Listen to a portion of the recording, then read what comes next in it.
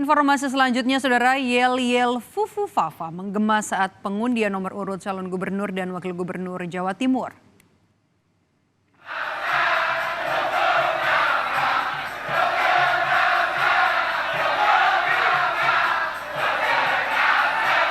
Yel-yel Fufu Fafa digaungkan oleh pendukung calon gubernur dan juga wakil gubernur Jawa Timur nomor urut 3 Tri Risma hari ini, Gus Hans. Yel-yel Fufu Fafa pun langsung dibalas oleh pendukung Hovifah Emil Dardak. Mereka membalas dengan meneriakkan nama Harun Masiku. Sementara pendukung pasangan Lulu Nur Hamidah dan Lukmanul Hakim meneriakkan yel-yel Ayu Dewe atau paling cantik. Teriakan yel-yel dari para pendukung ini seakan memberikan sindiran pada paslon lainnya. Mereka meski saling berbalas yel-yel, proses penetapan nomor urut pasangan calon ini berlangsung lancar dan juga tertib.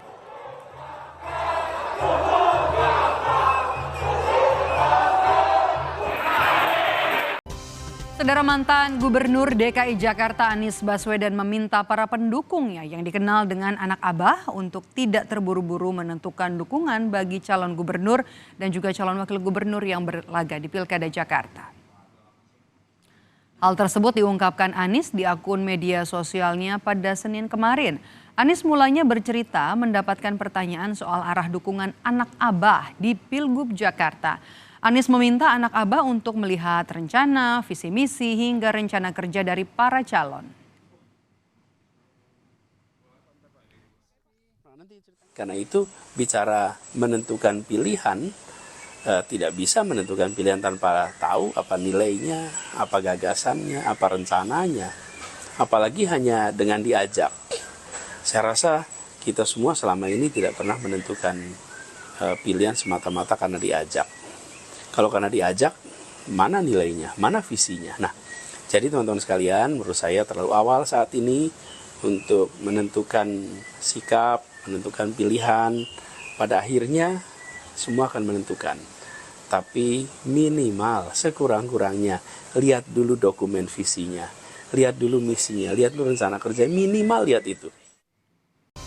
Terima kasih Anda masih bersama kami di Rumah Pilkada, Saudara. Badan Narkotika Nasional Provinsi Sulawesi Selatan mengungkap bakal calon wakil Bupati Maros petahana Suhartina Bohari positif mengonsumsi metafetamin. Dari hasil tes tersebut, maka KPU memutuskan Suhartina Bohari tidak memenuhi syarat.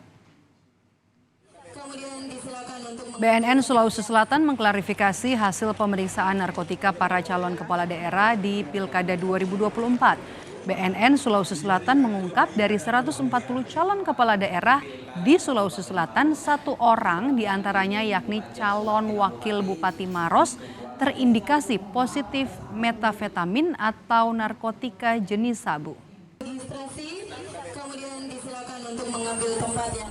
Terindikasi 1 orang positif, yaitu calon wakil Bupati Maros. Nah, ini dilakukan secara profesional dengan menggunakan rapid test 7 parameter.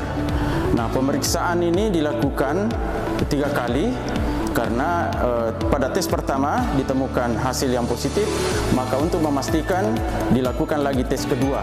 Sesuai dengan SOP kami, maka dilakukan tes konfirmasi ke Pusat Laboratorium BNN Cabang Makassar dan hasilnya positif juga.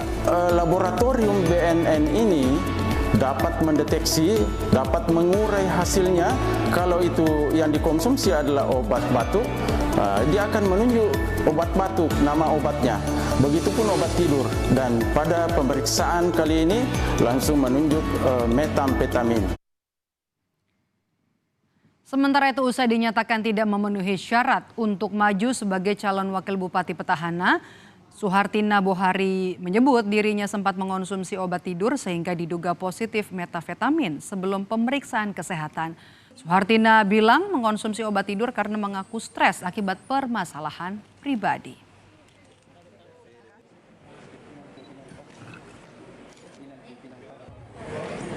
Saya sebenarnya ada mengkonsumsi obat tidur karena nggak bisa sekali nggak tidur kalau nggak kepikiran hal-hal itu, dan besoknya harus tampil paripurna lagi di depan umum. Saya mengkonsumsi obat tidur dan obat tidur itu saya dapat dari rumah sakit Saliwang. Saya juga sempat sampaikan sama asesmen pada saat melakukan pemeriksaan bahwa beberapa minggu yang lalu pun setelah semuanya selesai, saya sempat diinfus obat tidur. Saudara, Komisi Pemilihan Umum atau KPU Provinsi Sultra menggelar rapat pleno terbuka pengundian dan penetapan nomor urut pasangan calon gubernur dan wakil gubernur Sultra. KPU Sultra melaksanakan pengundian nomor urut pasangan calon gubernur dan wakil gubernur untuk pemilihan kepala daerah serentak 27 November 2024. Pengundian nomor urut paslon gubernur dan wakil gubernur Sultra digelar di Kota Kendari pada Senin malam untuk pemilihan kepala daerah serentak 27 November 2024. Awal rapat pleno terbuka, Ketua KPU Sultra Asril terlebih dahulu membacakan tata tertib di hadapan 4 bakal pasangan calon gubernur dan wakil gubernur Sultra. Hasil pengundian nomor urut paslon Cagup dan Cawagup untuk nomor urut 1 diperoleh paslon Ruksamin Syafi'i Hahar, keduanya diusung partai politik yakni Partai Bulan Bintang dan Partai Gelora. Nomor urut 2 diperoleh paslon Andi Sumangeruka, Hugua, diusung Partai Amanat Nasional, Gerindra, Partai Persatuan Pembangunan, dan Partai Hanura. Nomor urut 3 diperoleh paslon Lukman Abu Nawas Laude Ida, keduanya diusung PDIP, Partai Perindo, Demokrat, PKB, dan Partai Buruh. Dan nomor urut 4 diperoleh paslon Tina Nur Alam Laude Muhammad Ihsan Taufik Ridwan dengan partai pengusung yakni Partai Nasdem, Golkar, Partai Umat, PSI, dan PKS. Selanjutnya 4 paslon yang sudah melakukan pengundian nomor urut akan mengikuti deklarasi damai serta kampanye yang dimulai pada 25 September hingga 23 November 2024.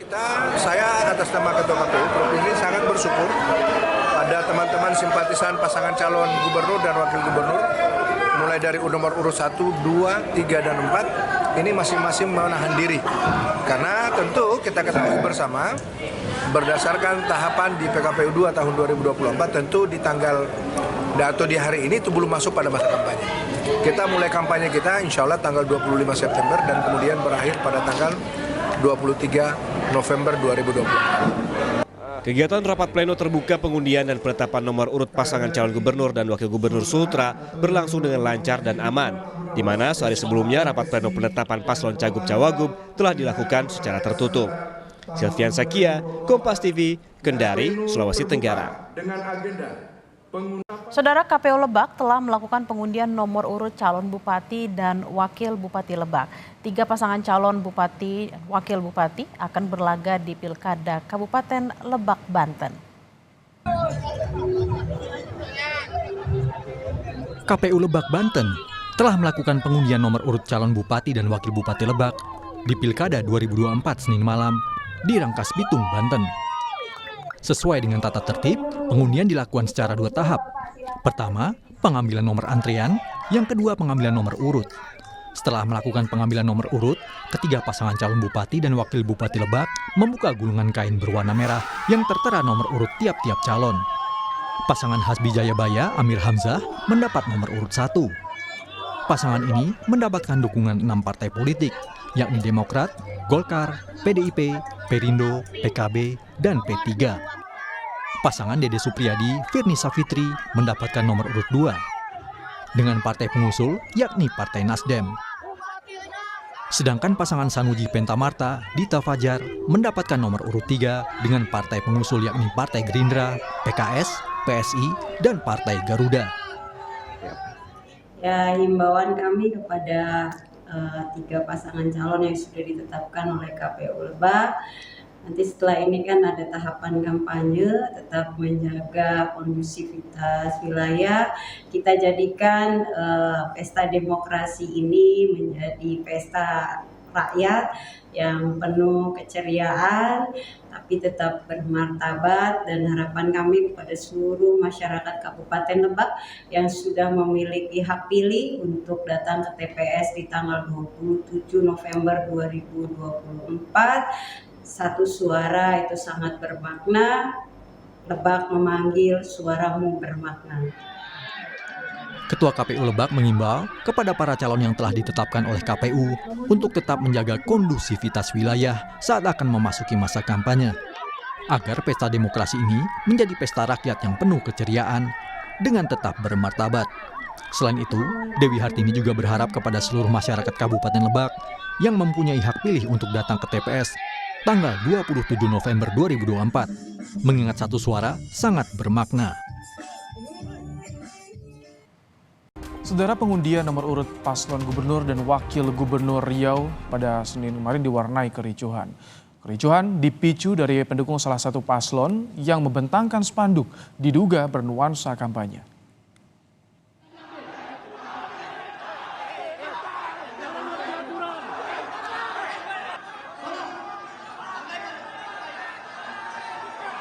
Usai mendapatkan nomor urut masing-masing pasangan calon, rapat pleno tidak kondusif setelah salah satu pendukung paslon membentangkan spanduk yang dinilai menyalahi aturan. Pembentangan spanduk tersebut membuat pendukung dari pasangan calon lain marah hingga meminta KPU untuk menertibkan spanduk tersebut. Kericuhan bisa diatasi setelah petugas dan anggota KPU mengamankan spanduk tersebut. Kami mohon maaf kalau tadi ada sedikit insiden, tapi kami sudah menyampaikan di dalam surat bahwa memang tidak boleh membawa atribut. Yang tadi kita saksikan ada sedikit riak-riak, itu saya pikir wajar saja itu terjadi. Jangankan di pengundian nomor urut calon gubernur, pengundian nomor urut capres saja ya rame-rame itu biasa.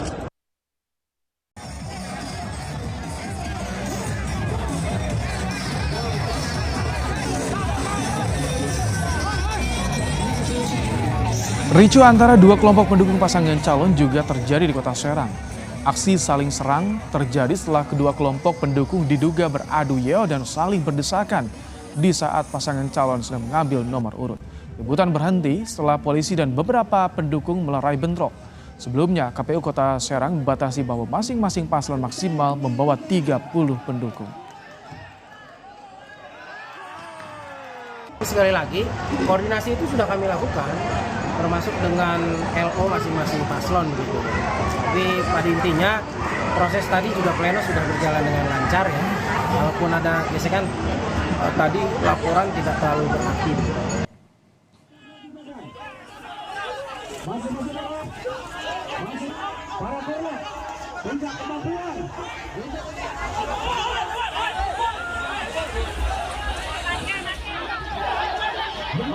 Di Pekalongan, Jawa Tengah, dua pendukung pasangan calon bupati dan wakil bupati Pekalongan terlibat kericuhan di depan kantor KPU Kabupaten Pekalongan.